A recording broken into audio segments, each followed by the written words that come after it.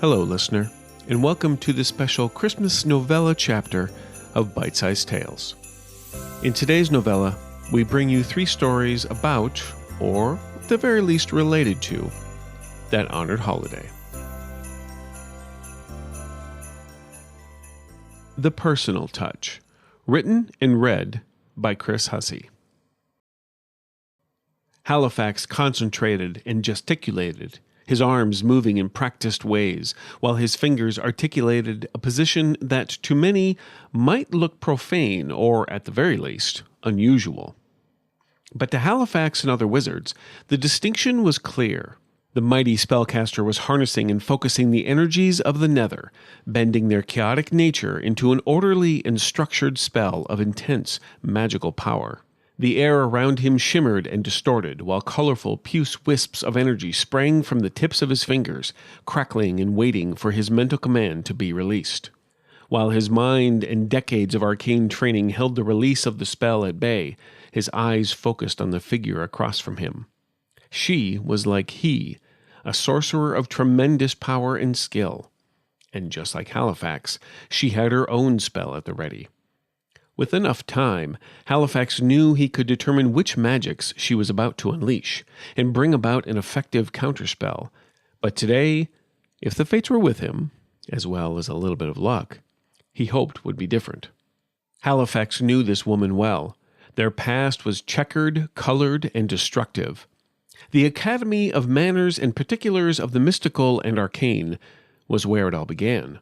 Tutelage from the same masters, they learned quickly and with great ease. This led to challenging each other, friendly competition among peers. Even the few years after being sent out into the world, their basic studies complete, and contact diminishing, they remained friends.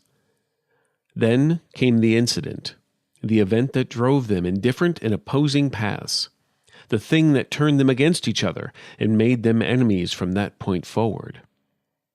As all good wizards did, they fought their battles with proxies, agents, mercenaries, and adventurers sent out to foil the other's plans. A chess game played in years, with neither side gaining the true upper hand. It wasn't all proxy battles, of course. Their conflict occasionally boiled into personal one-on-one confrontation, where their now considerable skill was unleashed against the other. Sometimes Halifax gained the edge, sometimes she did. Regardless the victor, destruction reigned in the wake of their conflicts, with neither side ever able to eliminate the other. In Halifax's mind, this earned him a somewhat begrudging respect for his former friend. He couldn't deny her skills and abilities, and as time wore on, he began to wonder 2 things. Did he ever truly destroy her? And was there a possibility for them to become friends once again? Kadra stared intently at the wizard opposite her.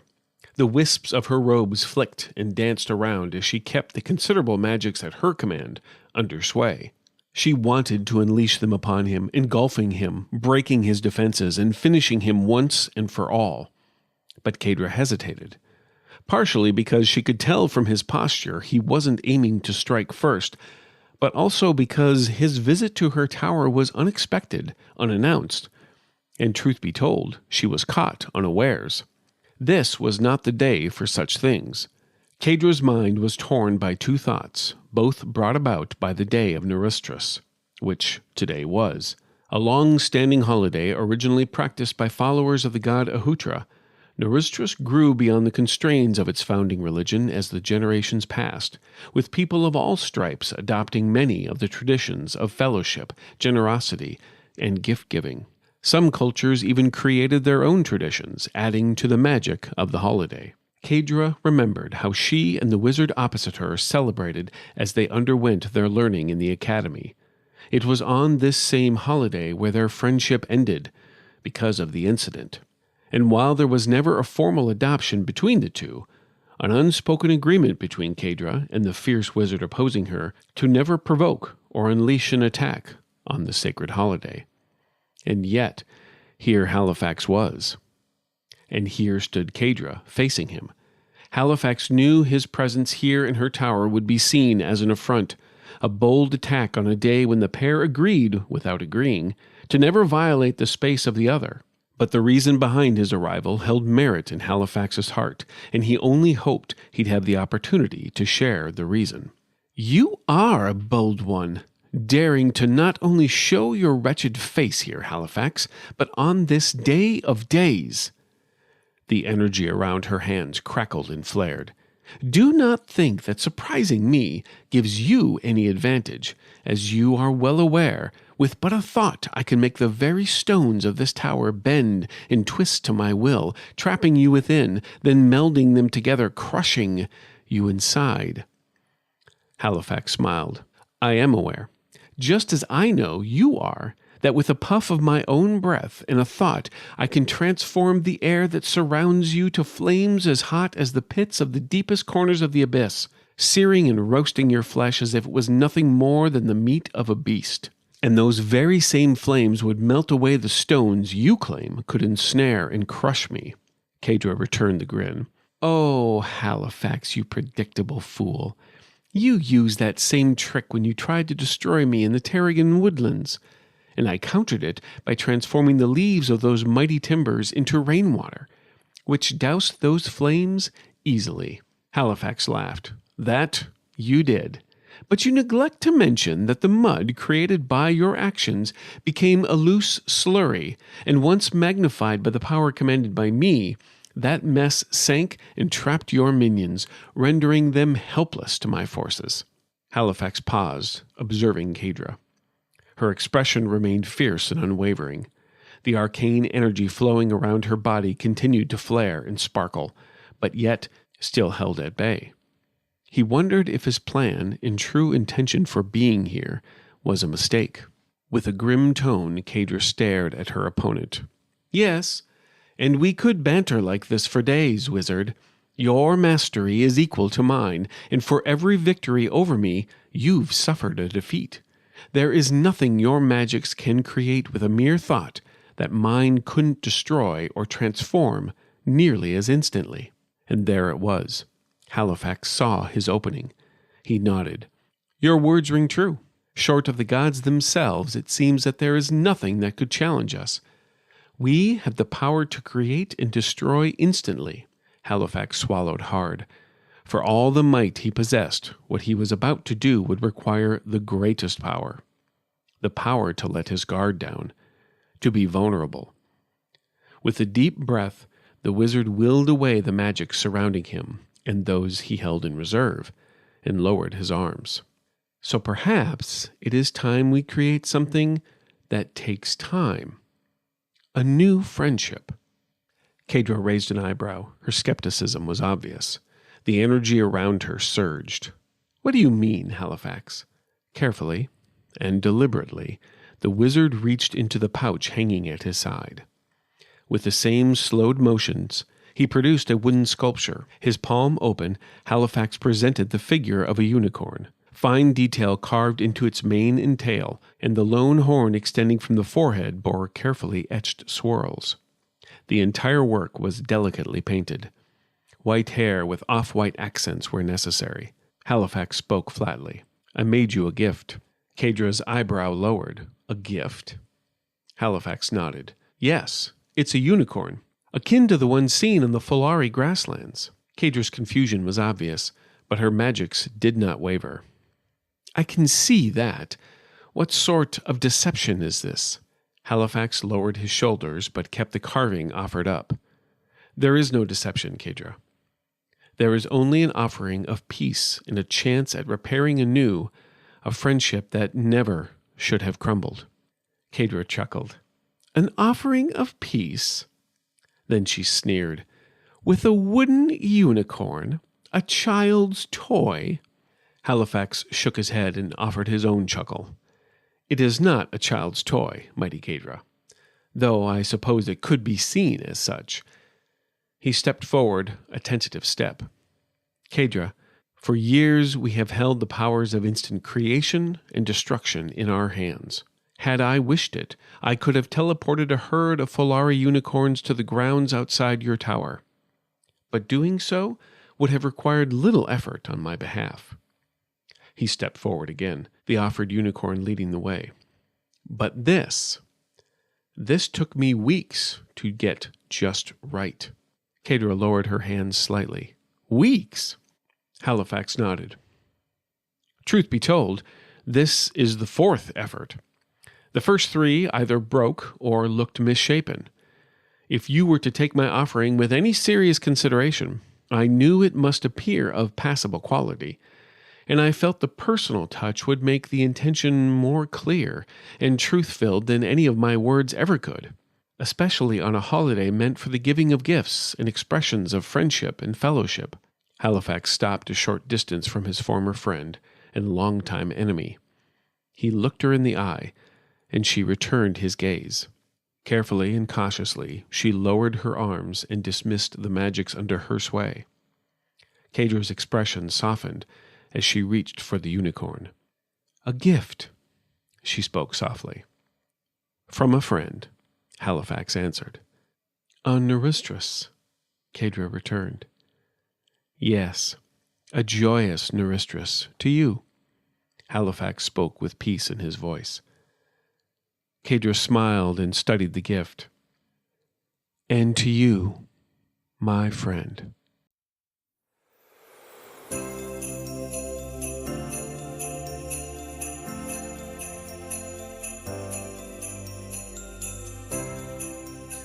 Author's note. So this story, I wanted to focus on the theme of just a personal touch, a handmade gift, as those always seem to be the ones, whether it's a birthday or for Christmas or any gift-giving holiday, those are always the ones that seem to have the most sincerity behind them.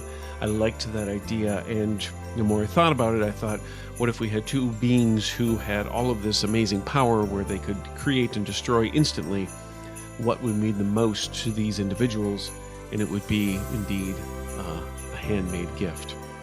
As far as, obviously I couldn't choose the holiday of Christmas. I needed to create a fictional holiday, so I chose to sort of riff on the name of Nowruz, which is the Persian New Year, but it involves family gatherings, feasts, and gift giving.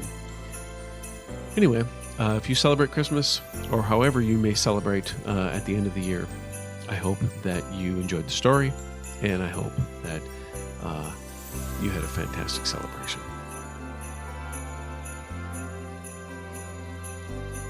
A quick note about this next story. Dot, the author, got very sick prior to recording and was unable to record for us to get the episode out in time, so I've gladly stepped in to do this here. Normally, in Bite-Sized Tales, we try to have the voice of the reader match the voice of the main character. That is not happening in this case, so we ask you to please forgive us in advance. The Diner on 24th. Written by Dot Moore, read by Chris Hussey. Night shift again, and on Christmas Eve to boot. Well, guess I'll be seeing St. Nick for his usual midnight pick-me-up from running all those presents. Though my version of Santa usually comes in the form of a bum with a booze-soaked beard. I anticipated New York would be tough, but no one ever really prepares you for exactly how difficult it is to make your way. I know, dues and all that crap. It's not like I was stupid enough to try and be an actor or musician. I just want to live here. I want the hustle and bustle, but I didn't plan to be working at a corner diner still after 2 years. The bell on the door rang out as I walked through. "Mara, finally! You're 10 minutes late." Leonard hollered at me from the kitchen, waving a spatula begrudgingly. "Listen, girl, if you can't get here on time, I'll find someone else to boss around. You ain't special." I waved him off. Yeah, Lenny, you know damn well I'm the most reliable employee you've got. Maybe I'll just leave and you can do your best to try and find someone that brings in as many tips as I do on a Tuesday, in the middle of the night. I raised my eyebrows with a smirk and fluttered my lashes, to which Lenny responded with his usual boisterous laugh. He pointed the spatula my way again. "That's what I like about you, girl. You've got New York in you." I rolled my eyes and huffed a small laugh. Harmless as Lenny is, he's not wrong.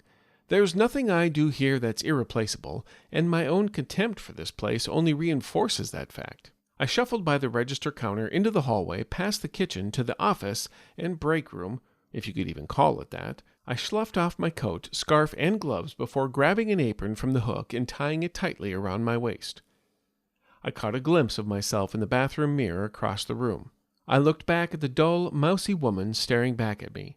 I tucked a few stray, soft brown hairs behind my ear and fiddled with my apron, adjusting the bow I tied, thinking it may elevate the look a little more. I sighed and walked back out into the restaurant. I was greeted by the loud ding of the order-up bell as Lenny shouted out a breakfast combo. I grabbed the plate on my way past the window behind the counter and scanned the booths and tables, quickly looking for the customer waiting for their food.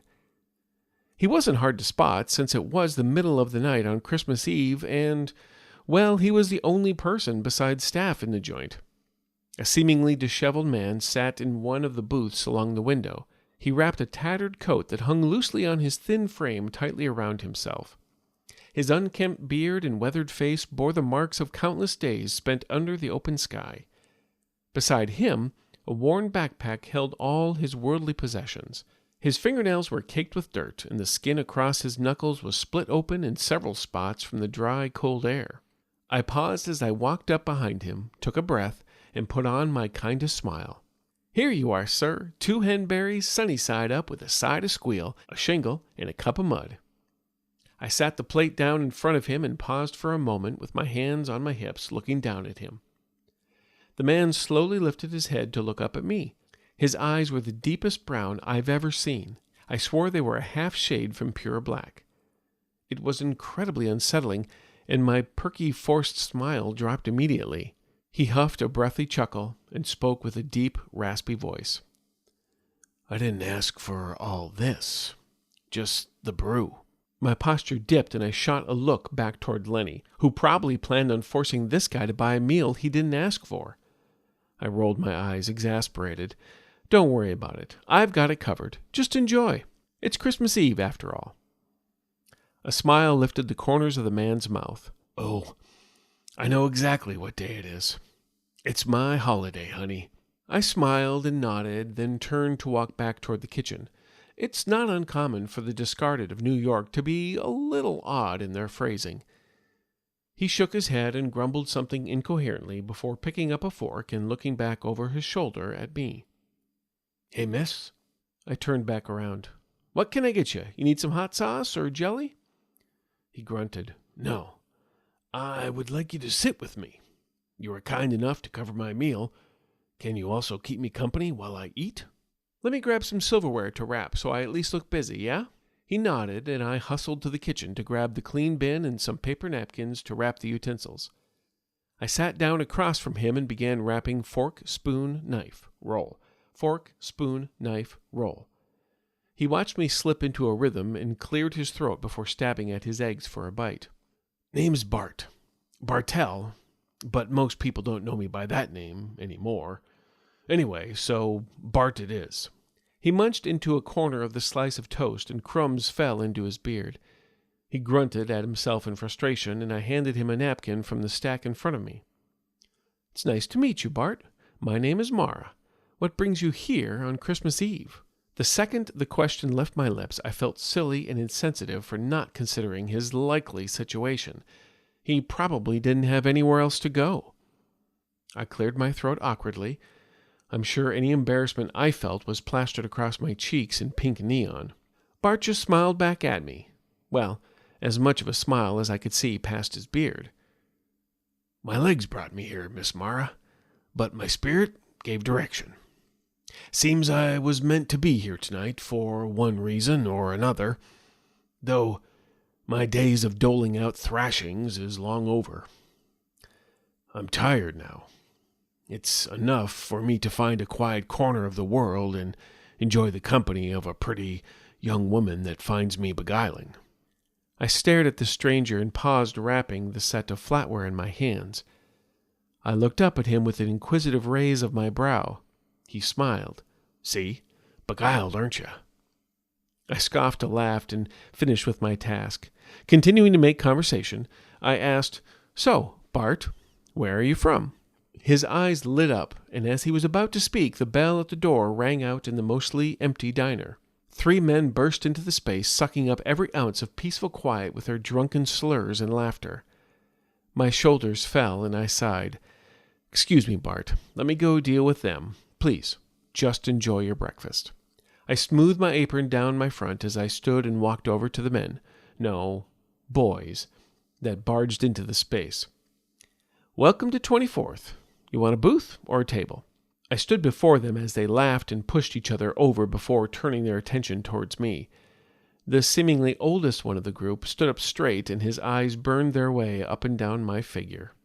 Typical. He cleared his throat. "Well, gents, what'll it be?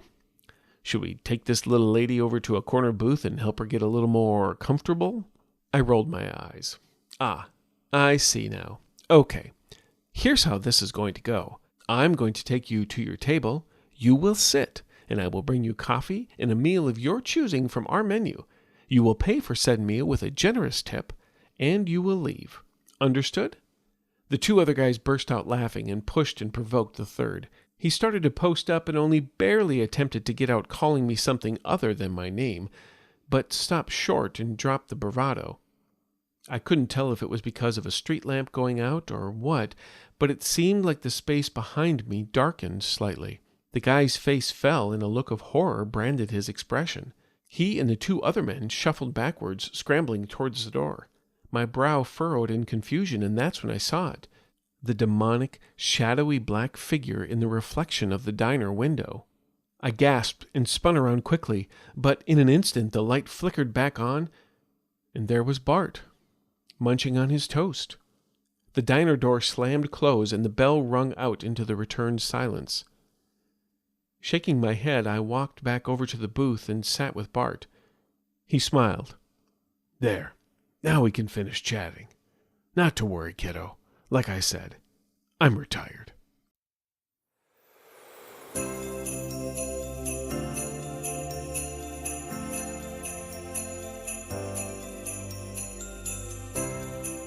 Author's note, and just as a point of reference, I will be reading this as written, so please assume that all of these notes are spoken by Dot herself.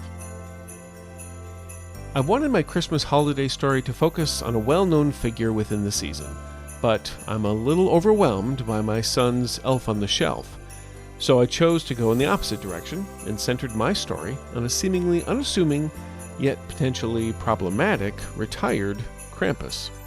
Points to anyone that figures out where his name comes from. Anyway, I really love how Mara shows her strength and kindness as a character, and hope you enjoyed that as well. Thanks for listening.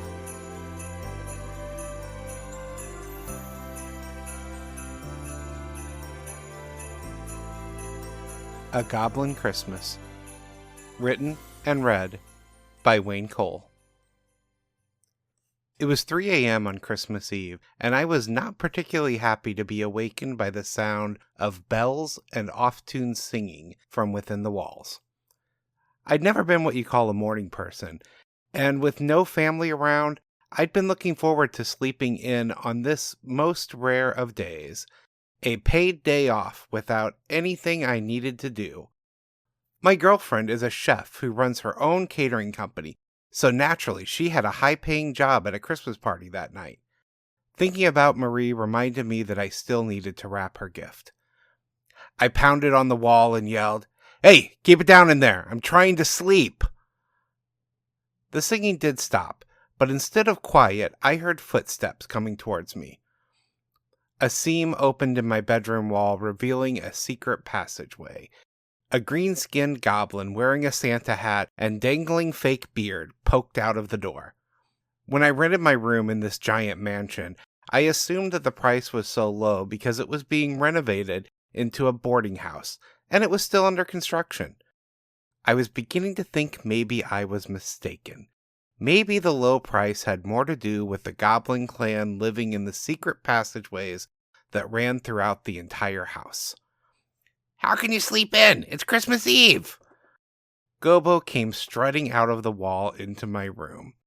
It was then that I realized he was wearing a whole Santa costume and not just the hat.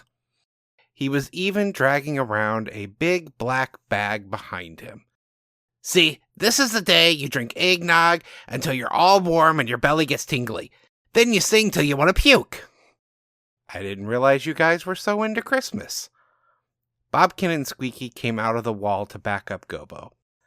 They were both dressed in elf costumes, except Bobkin had not given up his chef's hat. Of course we love Christmas, he said, giving me an incredulous look. I get to bake fruitcakes and gingerbread cookies, and when else can I cook a goose? I can do turkey anytime, but goose, I can only do that at Christmas. Don't forget the singing! At Christmas, other people sing with me, and they don't even complain or nothing, piped in Squeaky.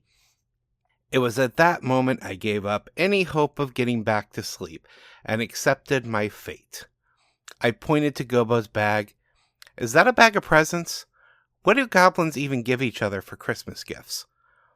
I usually avoid asking questions because I tend to not like the answers they give. But in this case, I was really interested in the answer. Gobo turned to his brother and sister before screeching, "Back into the walls, you two! You can't keep a secret!" They grumbled and complained, but disappeared into the secret tunnel like they were asked.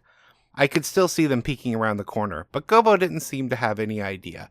I'd like to say that he's not the most observant goblin in the house, but if I'm being honest, he probably is one of the top two. I watched him dig through his bag in wonder of what I was about to experience. Okay. First, what do you get a goblin like Bumble? I mean, he fixes things, and he wants something he can just make it. He pulled out a notebook with hand drawings on it. As I flipped through, I thought I recognized drawings of objects in the house. He was smiling like I should understand, but with my look of confusion, he elaborated. Don't you see? I went around the house breaking stuff, and then I drew pictures of what I broke. He'll be fixing stuff for weeks. I noticed my shower in the book, and decided it would be best to use the upstairs communal bathroom for a while. Not that Bumble would actually fix my shower. Nothing he fixes ever works like it did before. Next is Dizzy. He likes to play that online MMOP game with you. You mean MMORPG? Yeah, that's what I said. LMNOP game. He was complaining because I took that rolly ball thingy out of his mouse doohickey. Not my fault I dropped it and it rolled under the fridge. I mean, it's a ball that rolls. So anyway, I got him one of those new light-up mouse things. That's actually really thoughtful. Hey, wait a minute, that's my mouse. I looked over to my computer desk, and sure enough, my mouse had been replaced by a cat toy shaped like a mouse. Hey, no sidetracking me here. Luna likes to look up at the stars, but she gets cold out back, so I figure tonight I'm gonna bust a hole in the roof so she can see them from inside. Wouldn't giving her a blanket be easier and not get you in trouble with Richard? Richard was the handyman who was fixing up the mansion room by room. He also had some sort of magical abilities that gave him superhuman strength. Not somebody you really want mad at you. Gobo tilted his head sideways, looking at me. Then he pointed to the wall behind me. Hey, what's that? I turned my head, not seeing anything, and by the time I looked back, I caught just the briefest glimpse of my blanket being shoved into his bag. Marie had been nagging me to get a new blanket since that one had a few holes in it, so I decided to just let it slide. Okay, so Soot, he was a hard one to figure out. All he really likes is burning things, and I don't want to have to move again, so I can't help him burn anything around here. Instead, I decided to just get him a gift card. He handed me a handwritten note card that I read out loud. 1 free caper with Gobo, where we will totally burn something down, but it's gotta be at least 5 blocks away from the house. I handed him back the card, just glad that he thought to specify how far away from the house it had to be. I think I get the idea now. So, what did you get me? I smiled, not actually expecting him to have gotten me anything. I was just a human that lived in the house, not part of his family. I figured I would just put him on the spot and see what he did to dance around it. You sure you don't want to wait until tomorrow? I'd hate to ruin the surprise. I'm not big on surprises. You sure you're not just stalling because you didn't get me anything? He put his hand over his heart and he gasped in shock. Of course I got you something. Your family. His words actually took me aback for a moment. I'd been on my own for so long until meeting Marie. You really think of me as family? Gobbo went to the wall and hammered on it 5 times. Within moments, my room was filled with goblins. Luna, Bobkin, Soot, Dizzy, Squeaky, Bumble, and Whisper. I wasn't sure where the others were, and as always, that filled me with a sense of foreboding. Hey guys, is Mike family? I was met with a chorus of, yes, of course he is, and duh, from all the assembled goblins. Then they broke out into a chant of, one of us, one of us. I actually had to fight back a tear. I don't know why it affected me so much, but it did. They were reckless, obnoxious, and as frustrating as anyone I had ever met. But they thought of me as family. Nobody had thought of me as family. That's sweet, but can you please get out of my room for a bit? I need to get ready and go run some errands. Mike's going outside? Soot asked, and they all gave me strange looks. I made a mental note that it probably meant I had been holed up in my room for far too long. To be honest, I usually do all my shopping online, but it was Christmas Eve, and there was no way I would get same-day delivery. See, I thought I only needed to shop for Marie, but now I knew I had a clan of goblins that I needed to get last-minute gifts for. As they filed out of my room singing a rather disturbing version of Santa Claus is Coming to Town, I gathered my clothes to get dressed. I gave 3 shirts the sniff test before I found one clean enough to put on. It wasn't until I stepped outside the front door into the darkness of night that I remembered that it was only 3 a.m.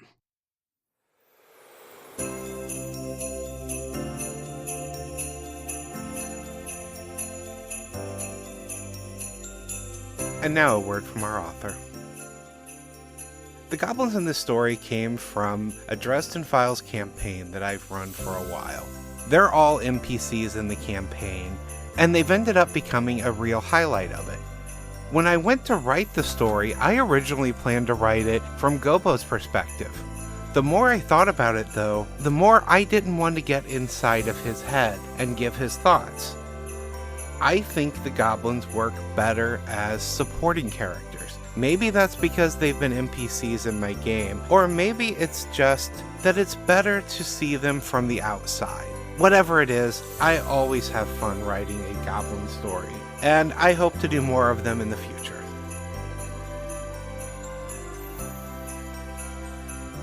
This chapter of Bite-Sized Tales has been brought to you under a Creative Commons Attribution, Non-Commercial, No Derivatives 4.0 International License.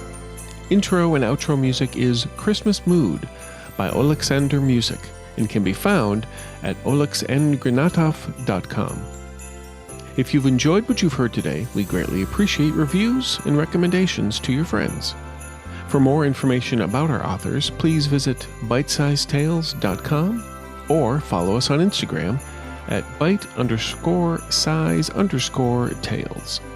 We look forward to reading to you next time.